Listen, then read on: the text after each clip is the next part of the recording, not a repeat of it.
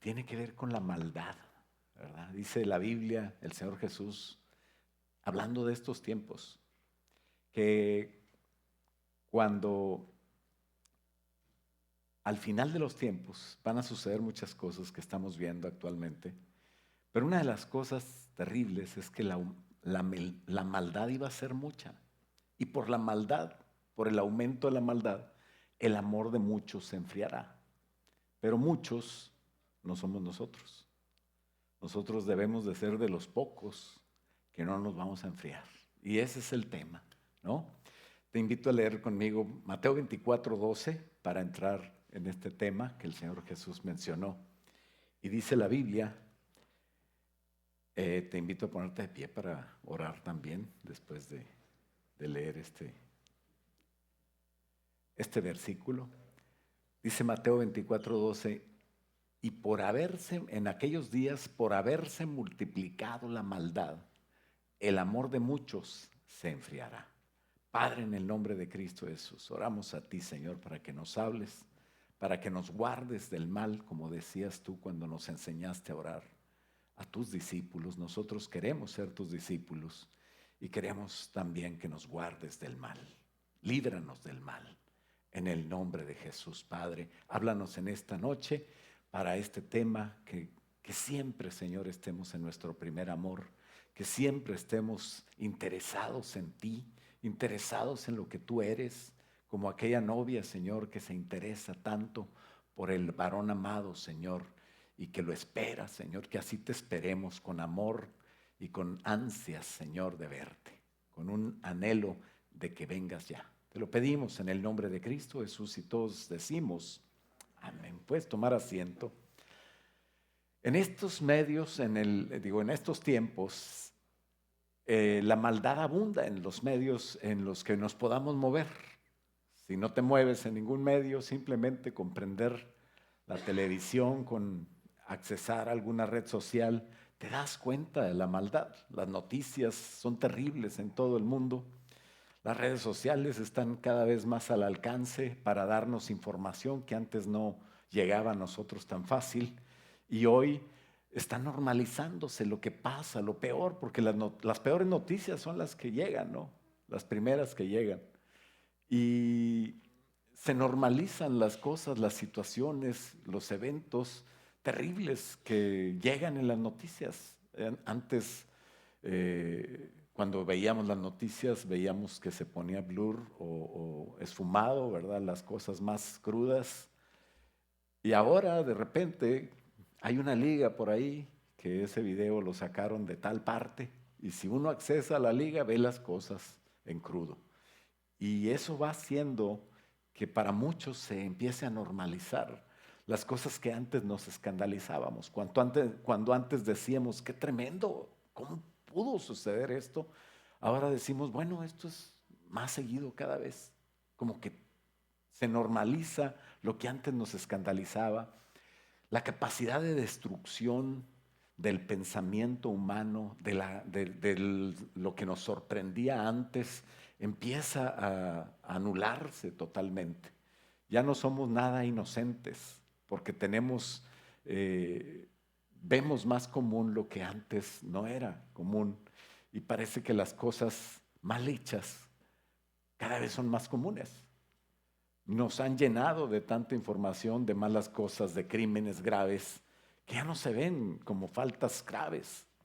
Parece faltas leves, parecen crímenes normales, porque cada vez es más seguido. Hay tanta corrupción en todos los gobiernos, ya no hay por quién votar. Si votas por uno o por otro, hay corrupción por todos lados. Y eso también estaba profetizado. Pero el problema más grave es que si nuestra mentalidad empieza a cambiar, si tú empiezas a ver las cosas diferente y tu opinión de las cosas empieza a cambiar, de lo que antes era malo a lo que ya no es tan malo, o a lo que ya parece normal, o ya no, es pues lo que hay, ¿verdad? Y entonces nos estamos alejando más cada vez de la mentalidad de Dios. Si bien es cierto que Dios no es un religioso que anda con el cinto buscando a ver quién falla, el pecado siempre ha sido visto mal por Dios, Y las cosas malas son malas delante de Dios y las cosas buenas son buenas delante de Dios. Por eso es que siempre, cuando cambiamos nuestro pensamiento de acuerdo al mundo, estamos alejándonos de Dios. Y alejarse de Dios es exactamente alejarse del propósito de Dios, alejarse del pensamiento de Dios. Nosotros como cristianos, como personas que decimos que amamos a Dios, porque hasta lo cantamos, hasta nos mueve el decirle al Señor su nombre de varias maneras, sus atributos, y lo cantamos hace ratito. Y ese estar amando a Dios y ese estar cerca de Dios me tiene que cambiar también mi mente, dice la palabra de Dios, que no te conformes a este mundo, sino que te transformes por medio de renovar lo que tú entiendes, lo que tú sabes que es malo y lo que tú sabes que es bueno, de acuerdo a la palabra de Dios, de acuerdo al pensamiento de Dios. Dice Romanos 12, no te conformes a este mundo, sino que transfórmate para que compruebes la voluntad de Dios. O sea, la única manera de comprobar la voluntad de Dios es que mi mente no cambie. La pregunta es, ¿qué debemos de hacer? ¿Con qué mentalidad vas a llegar a dar cuentas a Dios? Nosotros que decimos a Cristo Señor, ¿hacemos su voluntad? Pregunta. Nosotros que le decimos a Cristo, amo, dueño, Señor mío, ¿hacemos lo que Él dice? ¿Hacemos lo que Él quiere? ¿Pensamos como Él piensa? Porque el que prediques, el que profetices, el que sirvas a Dios, son cosas buenísimas, pero eso no te garantiza que tú tienes un pensamiento correcto. Ni siquiera que eches fuera demonios, que hagas milagros. En un ambiente sobrenatural pasan muchas cosas y la palabra de Dios mueve sobrenaturalmente las cosas, pero tú, tú, ¿tú qué eres con Dios? ¿Tú qué piensas de Dios? Porque no te garantiza que no estés en maldad. Cuando tú cambias tu mente y te alejas de Dios, te alejas del pensamiento de Dios, te alejas de lo que Dios quiere que hagas, te alejas de lo que es bueno, Dios es bueno y para siempre su misericordia, Dios es amor. Y entonces, al alejarte de Dios, esa ausencia de Dios es la maldad. No necesariamente es hacer algo mal. Maldad quiere decir la ausencia de Dios. ¿Cuál fue el problema de Satanás? Satanás estaba en la presencia de Dios. Satanás dirigía las alabanzas a Dios, pero se enorgulleció y se vio a sí mismo y dejó de ver a Dios para envanecerse a sí mismo. Y dice la palabra de Dios que él era perfecto en todo, que era un ser tremendo, que estaba en el nivel más alto que se puede estar, estaba en el trono de Dios, estaba delante de Dios. Y era hermoso y era perfecto y era bello. Luzbel se llamaba, el ángel lucero. Hasta que se halló en él maldad. Entonces, ¿qué es la maldad? La maldad es la ausencia de Dios. Mateo 7:21, el Señor hablando de aquellos que le decimos al Señor, Señor, nos dice, no caigas en esta categoría. Mateo 7:21 dice, no todo el que me dice, Señor, Señor, entrará en el reino de los cielos, sino el que hace la voluntad de mi Padre que está en los cielos. Entonces, se refleja no en el hablar de los dientes para afuera, sino en lo que haces. Tu pensamiento va a terminar en acciones tarde o temprano. Y entonces dice, en aquel día, versículo 22, muchos me dirán, Señor, Señor, ¿no profetizamos en tu nombre? Y en tu nombre echamos fuera demonios. Y en tu nombre hicimos muchos milagros, pocos no, muchos milagros. Y entonces les declararé, nunca os conocí, apartaos de mí, hacedores de maldad. Ahí es donde tú te puedes dar cuenta de por qué hay muchas gentes que de repente salen con que ellos hacen mal. Y son personas que supuestamente son grandes, entre comillas digo, grandes siervos de Dios. ¿Por qué? Porque un siervo es un siervo, no es grande. No, no puedes. Por eso dicen, vamos a darle un aplauso al Señor por David. Bueno, eso sí es válido. Pero a las personas no aplaudimos, aplaudimos a Dios. Por si se te hizo raro que aplaudan cuando yo vengo, ¿no? Pues claramente lo dijo, vamos a aplaudir al Señor por la vida de este siervo, ¿no? Como cuando le das gracias a Dios por tu carro, porque te sirve, ¿no? Como cuando le das gracias a Dios por las cosas que no mereces y que tienes. Pero no creamos porque servimos a Dios, porque hacemos ciertas cosas, que eso es garantía de que estamos conociendo a Dios. Porque Dios le dijo a estas personas que habían hecho estas cosas, que habían profetizado, que habían echado fuera demonios, que habían hablado en su nombre, que habían tal vez dirigido iglesias. Les dicen, no, no los conozco. Y entonces, ¿cómo es que hay iglesias donde la gente se convierte, donde la gente canta, donde la gente le va bien? Y resulta que al final el pastor o los dirigentes o alguien de la iglesia no era salvo. No te conozco, hacedor de maldad. Es hacedor de maldad. Entonces, ¿cómo es posible? Espero que no estés pensando en nadie, porque no nos toca juzgar a nosotros. Pero la verdad es que el que hace las cosas, cuando nosotros predicamos la palabra, no es nuestra palabra. Y esa es la oración que debes de tener tú siempre que compartas en cualquier lugar, en la CFC, en tu trabajo, con tus amigos. Cuando compartas de Dios, tu oración debe ser que tú seas boca de Dios. En otras palabras, que lo que tú hables sea palabra de Dios. Y los milagros que suceden y las cosas que repercute la palabra de Dios, como que un demonio se va, como que alguien se sana, como que pasan milagros y vives en un ambiente sobrenatural, que espero que se mueva el Señor sobrenaturalmente en este campamento la próxima semana. A esta hora ya van a estar los jóvenes en su culto preparándose, ¿verdad? Y el Señor ya va a haber bendecido a todos aquellos que están allá y que están dispuestos. Desde ahí ya la bendición de Dios va. ¿Por qué? Porque los líderes son buenos. No, porque la palabra de Dios es buena. Porque la unción de Dios ahí está. El respaldo de Dios para hacer cosas, ahí está. Pero no porque nosotros seamos. Tenemos que prepararnos para vivir en este tiempo, en este mundo. A menos de que te quieras morir ya.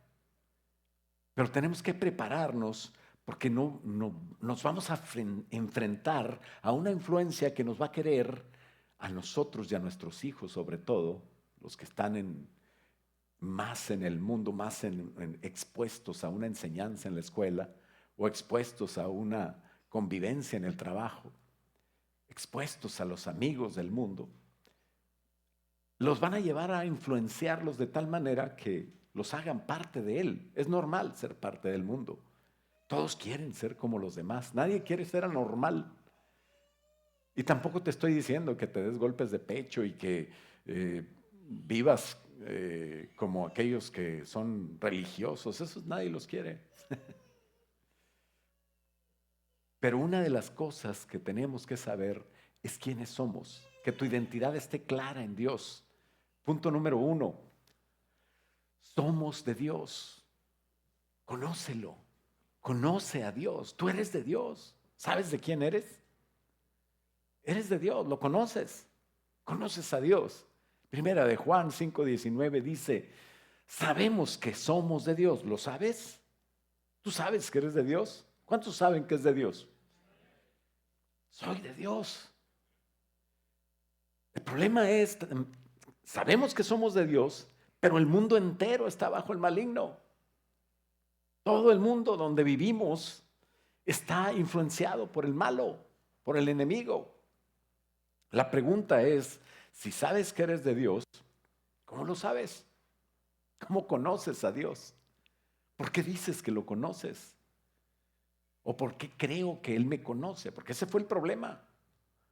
El problema fue conocer.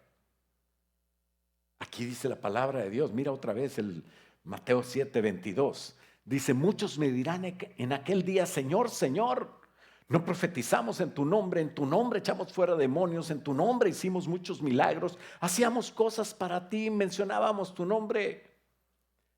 Y el versículo que sigue dice, y entonces les declararé, dice el Señor, nunca os conocí. Ese es el problema, esa es la clave. Nunca me conoció el Señor. ¿O sí te conoció? ¿Te conoce? Cuando alguien me conoce, o cuando yo digo conozco a este, y alguien va con este, y le dice, oye, me dijo, yo conozco a David, y que te diga, ¿y quién es David? Se ha de sentir muy feo, ¿no? O cuando te platica, oye, fui con aquel, pero no se acordó de ti. Y eso es lo de menos, que no nos conozcan aquí en el mundo alguien. Pero lo importante es, imagínate que yo vaya con Dios y le platique de ti. Y le digo, tengo esta persona en la iglesia, ella va, está con nosotros, se sienta, hasta habla en tu nombre y profetiza y nos ayuda y hace esto y lo otro. Señor, gracias por esta persona que hace tantas cosas en la iglesia. Y que me diga el Señor, no lo conozco.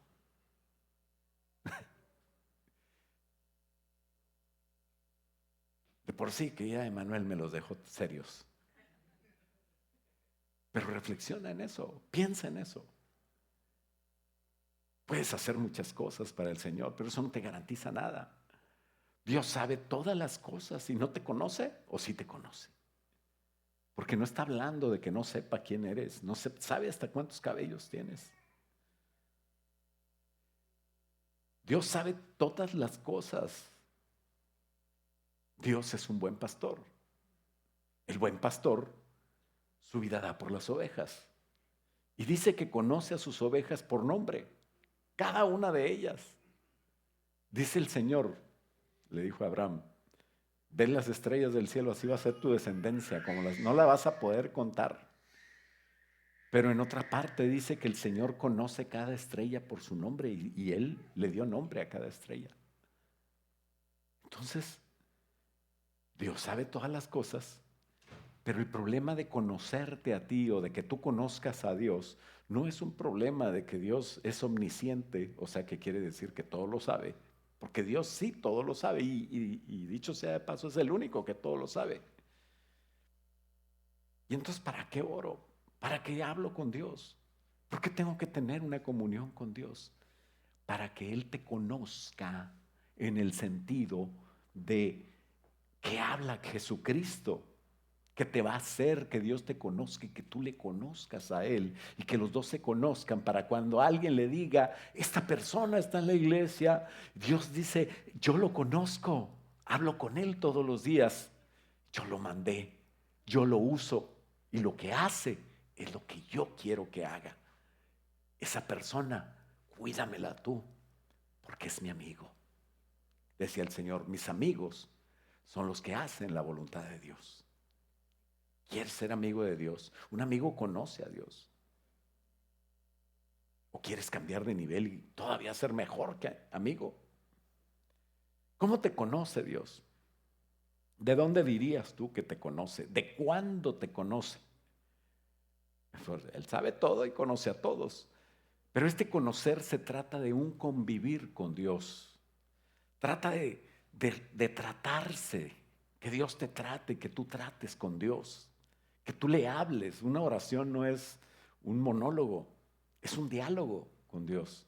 Escuchas a Dios, dejas que Dios te hable. Eres dócil a su palabra cuando la lees.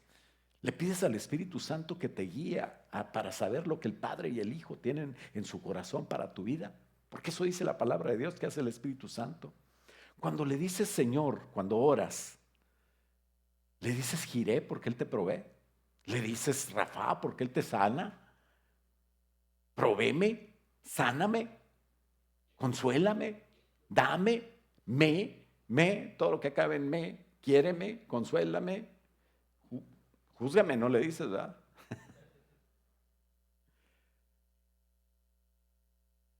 Porque siempre estamos pensando en nosotros y tenemos que saber que Dios debe ser nuestro pensamiento, que tú le digas, mi pensamiento eres tú, ¿lo cantas? y lo hagas. Porque a veces cantamos eso. Le das gracias a Dios. ¿Tú quieres a Dios o quieres lo que Dios te da? Le cuidas tener una relación con Dios. Eso se llama una vida devocional. Cuando tú oras y le dices que lo amas, no cuando le pides. Bueno, eso es algo que también no tiene nada que ver y debemos de hacer, pero lo que tú dices, cuando dices que le amas, cuando oras para saber su voluntad y no nada más que sepa Él lo que tú quieres, entonces empiezas a conocer a Dios y Él te empieza a conocer llamando su atención porque tú lo haces lo que Él dice. Y estamos hablando de un conocimiento de Dios, no de que te pongas a leer teología y que aprendas los versículos y que sepas. ¿Y eso qué? El leer y llenarte de letra te envanece, te hace independiente a veces de Dios. Efesios tenía tanta doctrina, la iglesia de Éfeso, que ya ni se acordaba de amar a Dios. Y le dice el Señor: trabajas, te esfuerzas, defiendes mi nombre, pero te has olvidado de mí. Y entonces caes en esto, te haces tan capaz cuando lees tanta letra que te olvidas de Dios y te haces independiente, y ser muy capaz te puede hacer capaz de irte al infierno. Ahí dice, no lo conozco. El conocerle habla de una relación íntima, de una intimidad, de vivir con Él, de amarle, de un amarle de tal manera que te hace conocerlo y que te hace darle gracias por lo grande que es, por lo misericordioso que es. No nada más por lo que hace, sino por lo que es. De hecho, el alabar a Dios por lo que hace es alabanza. Pero cuando le dices lo que es y cuando empiezas a cantar de Él, de lo que Él es una adoración. Eso es la adoración. Muchos creen que la alabanza son las moviditas y la adoración son las calmaditas, ¿verdad? Y cuando andaban en el mundo les gustaba más porque abrazaban a su pareja, ¿verdad? Decía un hermano que ya no podía tomar café en la noche, ¿verdad? Porque dice, pues pide un decaf. Dice, no, café sin cafeína es como bailar con tu hermana. No, no, no. Y creen que esos son las calmaditas y las moviditas. No, tenemos que saber lo que es cada cosa, pero no para llenarnos de teología. La letra mata, sino para hacerlo vida y para tener una relación con Dios y entrar en ese ambiente sobrenatural donde yo también soy parte del ambiente. No nada más soy el que mueve la palabra de Dios y se hace el milagro. Hay gente que cree que Dios puede sanar a alguien, pero a mí no. Cuando me pasa algo a mí, yo me tomo una pastilla y me voy corriendo al doctor si no se me cura. Pero no oran. Creen que no puede, para ellos no es. Y eso lo explica perfectamente 2 Corintios 3:5. Dice, no es que pensemos que estamos capacitados para hacer algo por nuestra propia cuenta. O sea, no es saber de la palabra, no es ser teólogo, es ser hijo de Dios, es amar a Dios. No es que pensemos, estoy leyendo la NTV, 2 Corintios 3:5, no es que pensemos que estamos capacitados para hacer algo por nuestra propia cuenta, sino nuestra aptitud proviene de Dios. Él es el que me hace capaz, no es que yo sea capaz por lo que sé. Y dice el 6, Él nos capacitó para que seamos ministros. Entonces sí voy a ser un ministro, no un profesor. Ministros de un nuevo pacto. ¿Qué diferencia hay entre un maestro y un profesor? El profesor te puede estar enseñando, no fumes porque te hace daño y te explica todo lo que hace al pulmón y a tu sangre y a todo lo. Y luego inmediatamente deja el gis y se sale a fumar un cigarro. Eso es un profesor. Pero un maestro es el que hace lo que dice. Es el que enseña con el ejemplo. Y eso es lo que son los ministros de Dios. Ayer les explicaba a dos comprometidos, o sea, se están preparando para casarse, lo que es el matrimonio. Los que han tomado clases prematrimoniales, que se han casado, y yo he tenido el privilegio y el honor de casarlos, saben de esta clase que les he dado. Y les decía, ¿qué es para ti? Y me dice, porque es medio pocho, me dice, es un bond. El matrimonio es un bond. Yo dije, ¿es una fianza? Dice, no, es que bond también es compromiso, como un pacto. ¿Sí es así? ¿Ustedes que saben inglés? ¿Sí?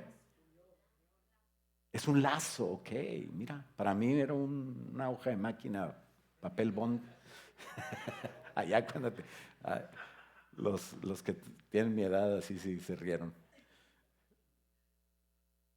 Pero eso es un pacto, el matrimonio es un pacto. Y llega un momento en el matrimonio cristiano que nadie en el mundo te conoce más que tu esposa o tu esposo, ni tu mamá. Ya llega un tiempo en que te conoce más tu esposa o tu esposo que ni tu mamá. Y es que el matrimonio, dice Efesios capítulo 5, que es como una sombra de lo que es la iglesia y Cristo. O sea que la iglesia necesita conocer a Cristo como nadie la conoce. O sea, Cristo conoce a la iglesia como nadie la conoce y la iglesia conoce a Cristo como nadie lo conoce en el mundo. Eso es el éxito del conocer. De eso está hablando la intimidad de Dios y yo, de una convivencia, una relación que no es que me estoy casando para que me arregle los papeles o me estoy casando con su dinero, no le hace que esté viejillo. El sugar es dulce. Es dulce, pero de la cartera. Entonces, no, es una relación sincera donde es hermoso esa relación que tienen. Y por eso hacemos cosas para Él, no hacemos cosas para verme yo. Pero es la única manera de que cuando yo hago las cosas resulten para galardón en mi vida. Cuando yo las hago sinceramente y para Dios desinteresadamente. Y eso produce un servir para vida. Porque hay un servir para muerte, como les decía en el caso estos que le decían Señor, Señor, y Dios no los conocía. Y 2 Corintios 3:6, leo la NTV, dice, Él nos capacitó para que seamos ministros de su nuevo pacto. Este no es un pacto de leyes escritas, sino del Espíritu. El antiguo pacto, que era de la ley, que era de escrito, termina en muerte. Pero de acuerdo con el nuevo pacto, el Espíritu da vida. El camino antiguo, dice el versículo 7, con leyes grabadas en piedra, conducía a la muerte.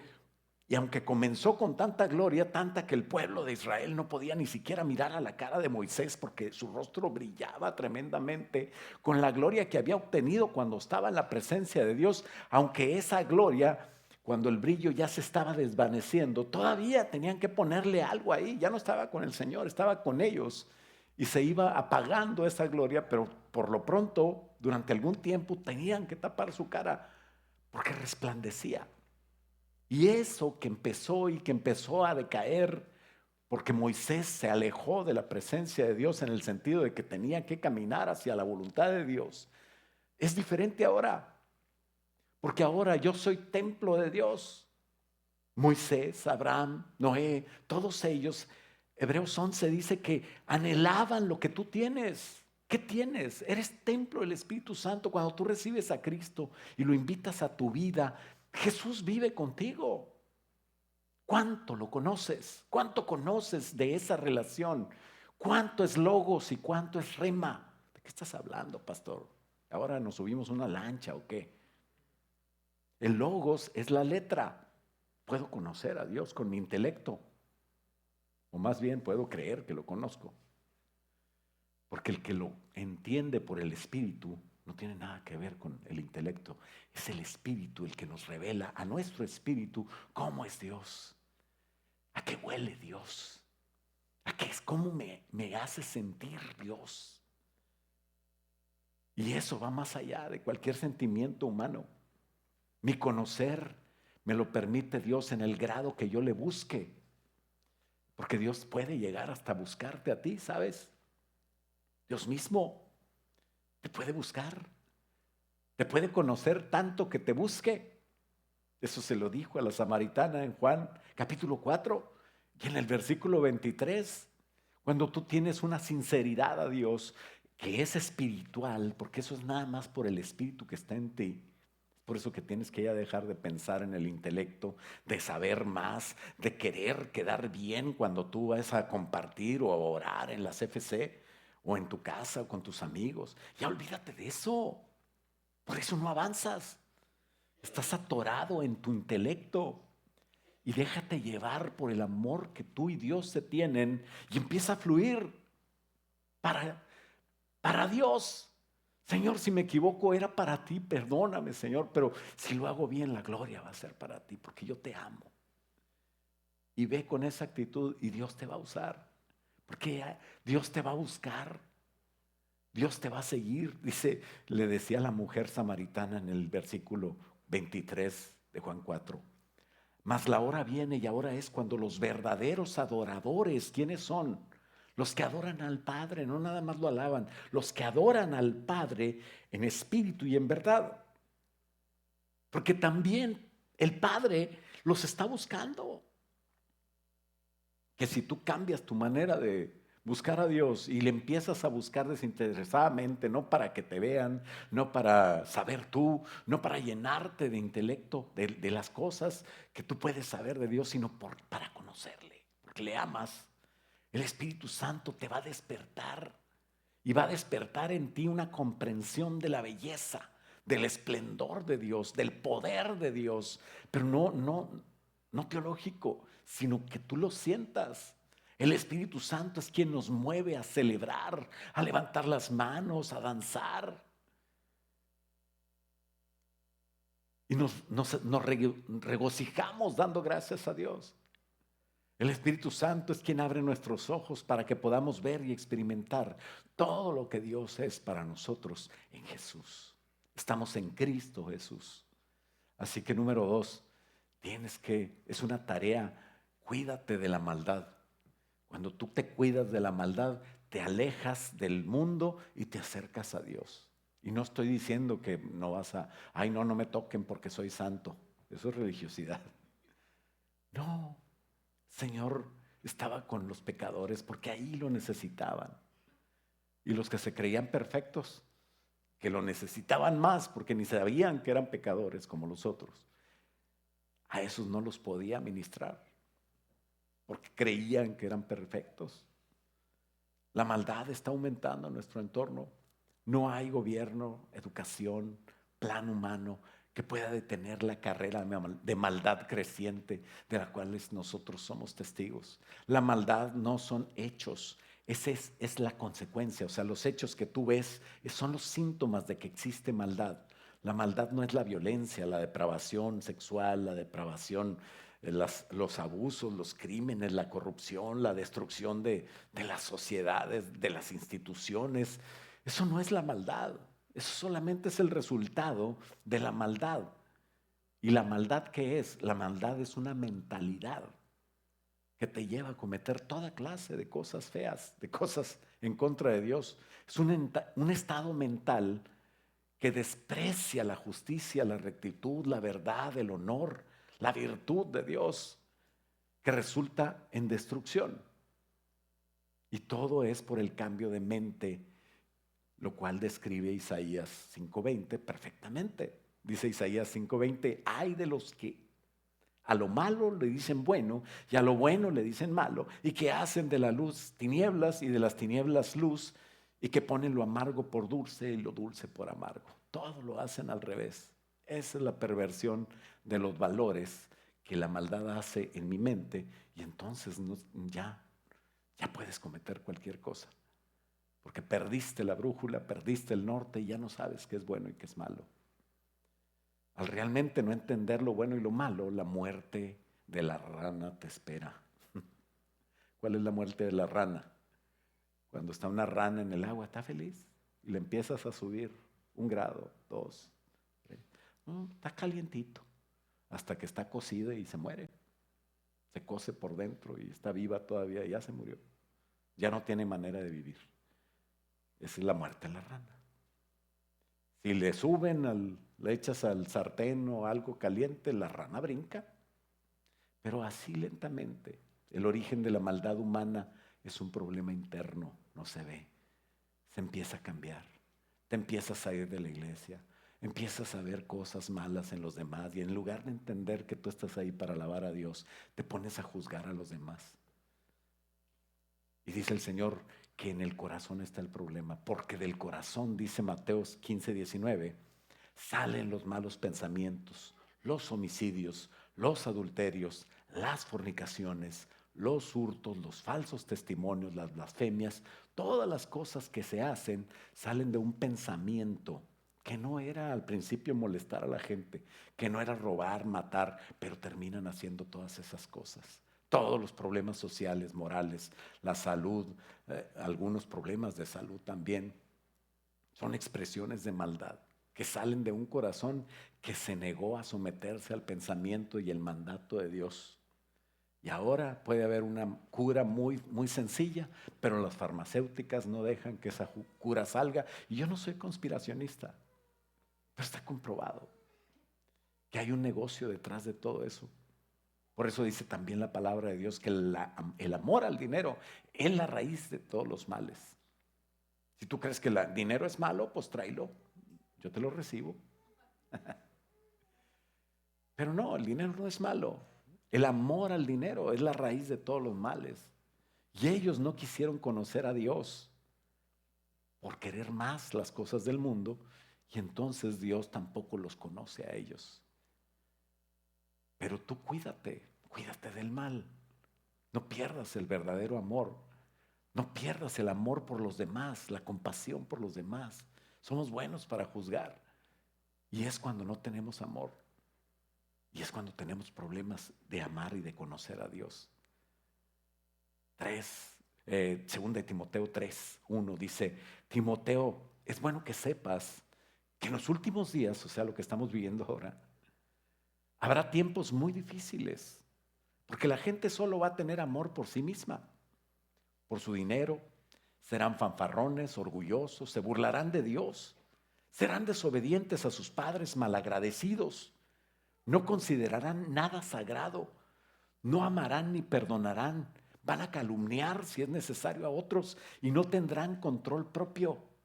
Serán crueles, odiarán lo que es bueno, traicionarán a sus amigos, serán imprudentes, se llenarán de soberbia, amarán el placer en lugar de amar a Dios, actuarán como religiosos, pero rechazarán el único poder capaz de hacerlos obedientes a Dios. Así es de que aléjate de esa clase de individuos. En conclusión, sálvate, salva a tus hijos, salva el propósito que tiene Dios para ti, salvándote en una comunión con Dios, que conoce a Dios diferente. Empieza a conocer a Dios. No te estoy diciendo que te compres diccionarios y todo. Claro que es bueno estudiar. Si quieres hacerlo, adelante. A mí me encanta también. Pero que nada te haga perder tu relación con Dios, tu momento de oración, tu momento de obedecer a Dios, tu momento en donde de verdad sabes quién es Dios, porque hablas con Él, porque Él te habla a ti, porque tú lo escuchas y porque tú te levantas de ahí a hacer exactamente lo que tú sentiste que Dios te estaba diciendo. No te estoy pidiendo que escuches la voz audible de Dios, porque yo nunca la he escuchado. Pero Dios te habla. Y si tú le hablas y le pides que te hable, le vas a entender. El oído se afina en la presencia del que está hablando. Por eso es que una mamá sabe cuando es su hijo el que está llorando. Aunque el papá piense que es un conejo gritando o algo. La mamá sabe. No solamente que está llorando, sino que es su hijo.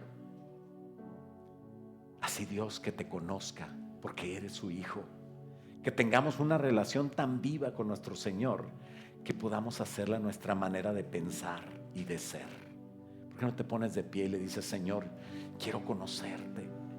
¿Por qué no le dices: Señor, quiero alejarme de la maldad? No quiero estar en eso. No quiero estar sin ti. No quiero empezar a alejarme de ti, que sin darme cuenta me vaya muriendo. Porque estar lejos de Dios es muerte, y solamente el que está con Dios está vivo.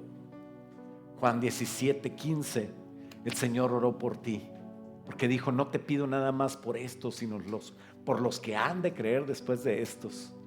Y en el 17:15 el Señor decía: no te pido que los quites del mundo, sino que los protejas del maligno. Al igual que yo, ellos no pertenecen a este mundo. Tú eres como Jesús, entonces no perteneces a este mundo. Estamos de paso. Y decía el Señor: hazlos santos con tu verdad, enséñales tu palabra, la cual es verdad. Así como tú me enviaste al mundo, yo los envío al mundo. ¿Cómo envió el Señor al mundo a Jesús? Dice la palabra que Él se convirtió en la palabra viva. Él se convirtió no en saber la palabra, sino en actuar de acuerdo a la palabra, y cumplió las profecías y cumplió todo lo que venía a cumplir. Tanto estaban tan llenos de palabra y de letra sin vida, que los que debían aceptarlo no lo aceptaron.